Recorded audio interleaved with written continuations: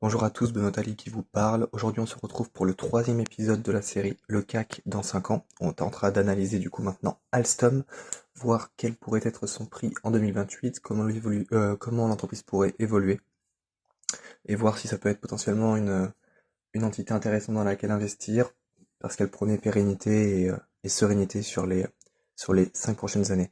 Alors, avant toute chose, les deux disclaimers habituels, c'est chiant, mais je suis obligé de les faire.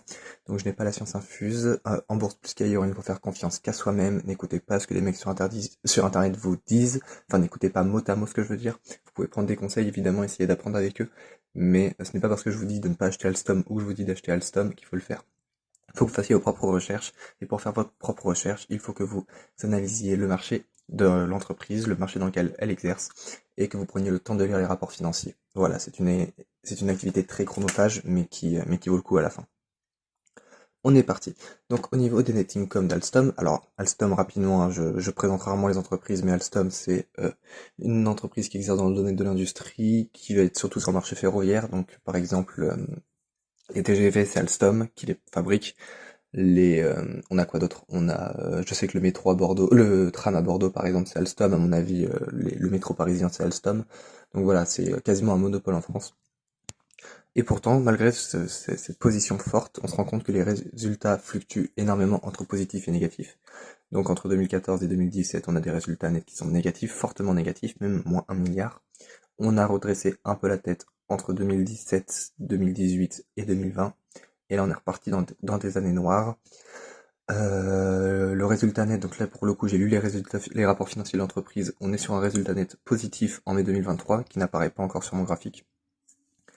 Et je pense qu'on pourrait, ça c'est mon estimation, hein, je pense qu'on pourra avoir un résultat net aux alentours de 650 millions en 2028.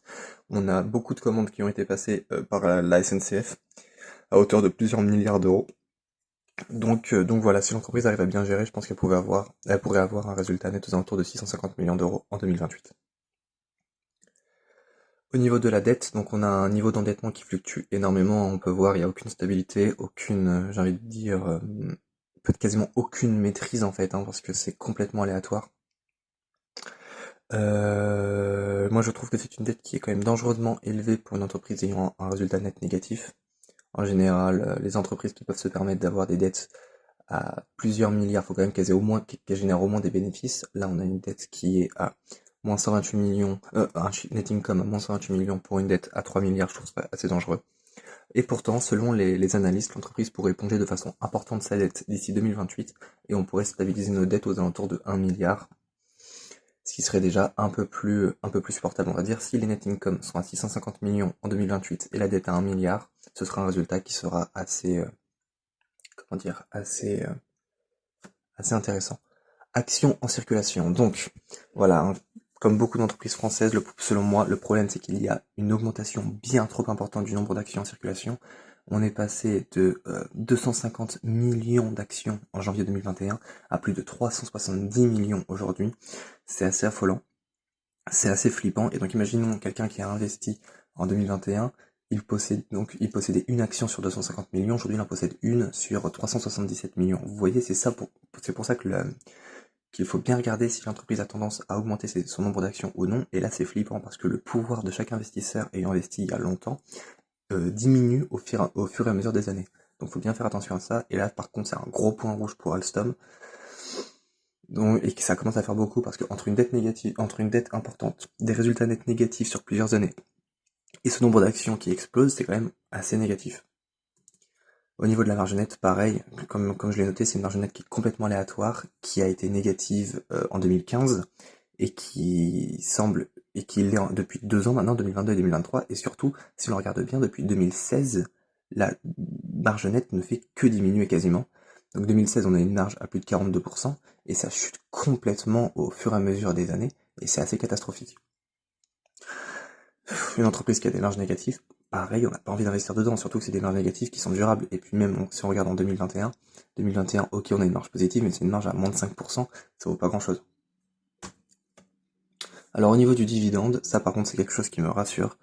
Donc on a un rendement qui est minuscule, et on a un dividende qui n'est pas payé en cas de période difficile. Vous voyez par exemple 2014, 2015, 2016, des années assez compliquées pour la boîte, hein, on peut le voir, 2014, 2015, bon 2016 ils auraient pu en payer un clairement, mais à quoi qu'est-ce que le net income est positif en 2016? Non, le net income est... Comment ils ont fait pour avoir un résultat net aussi faible avec des marges aussi importantes? Bon, bref. Des années assez compliquées pour la boîte. Et donc, ils ont coupé leurs dividendes. Ok, très bien. 2017, ça va un peu mieux. Donc, ils repassent, ils le réaugmentent. Et puis là, par contre, 2019, ils ont complètement pété un câble.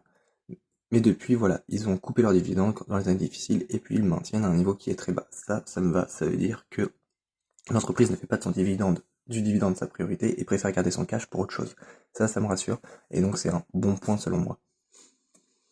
Mon estimation pour dividende pour 2028, comme ce n'est pas la priorité de l'entreprise, je pense qu'ils vont ne pas chercher à l'augmenter, qu'ils sont aujourd'hui sur une envie de reconstruction avec des gros volumes de commandes qui arrivent pour 2028. Et donc je pense qu'ils vont pas essayer de l'augmenter, ils vont pas essayer de se mettre en difficulté à cause du dividende, et ils vont le maintenir aux alentours de 25 centimes sur les 5 prochaines années. Ce qui nous ferait à peu près le même rendement qu'actuel. Enfin, même, c'est même pas à peu près, mathématiquement c'est le même rendement qu'actuel. Ce serait 1,05%. Mon estimation finale, alors en prenant les revenus nets que j'ai émis, une dette pour moi qui pourrait stabiliser aux alentours d'1 milliard, mais j'ai mis 2 milliards pour qu'on soit vraiment serein, un nombre d'actions à 420 millions, alors ça peut paraître excessif, mais franchement quand on voit la vitesse à laquelle ça va, 420 millions d'euros, d'ici 5 ans, c'est très probable.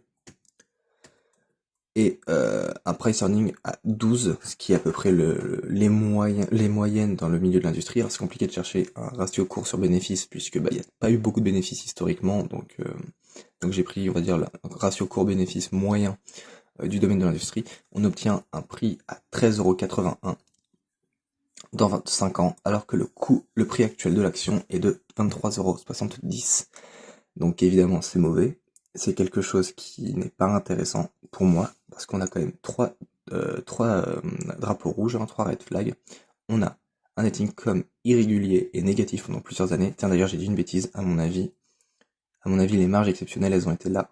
Ouais c'est ça. Donc là en fait je regardais pour 2016 et les marges exceptionnelles ils les ont eu en 2016, donc c'est 2017 que ça explose, c'est ça. Une dette qui est quand même importante, un nombre d'actions en circulation qui augmente en permanence et des marges irrégulières, franchement c'est quand même beaucoup de points rouges, et selon moi ça vaut pas le coup d'investir dans Alstom, ça vaut pas le coup. Voilà, c'est un investissement que je déconseille. Si on regarde, j'ai décidé quand même sur mon classement des valeurs CAC 40, donc bon pour l'instant j'en ai fait que 3, dont 2 qui sont d'une qualité catastrophique.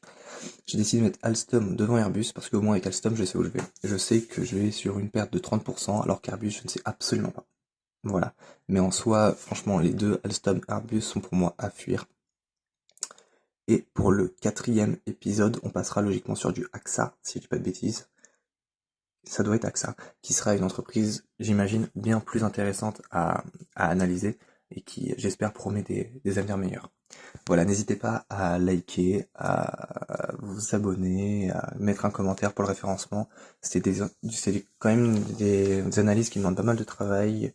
Je dois me plonger dans l'histoire de l'entreprise, dans les rapports à venir, dans les résultats à venir, faire des estimations, des analyses de graphiques. Ça demande beaucoup de travail. J'aurais bien aimé, moi, quand j'ai commencé en bourse, avoir quelqu'un qui fait ce travail pour moi.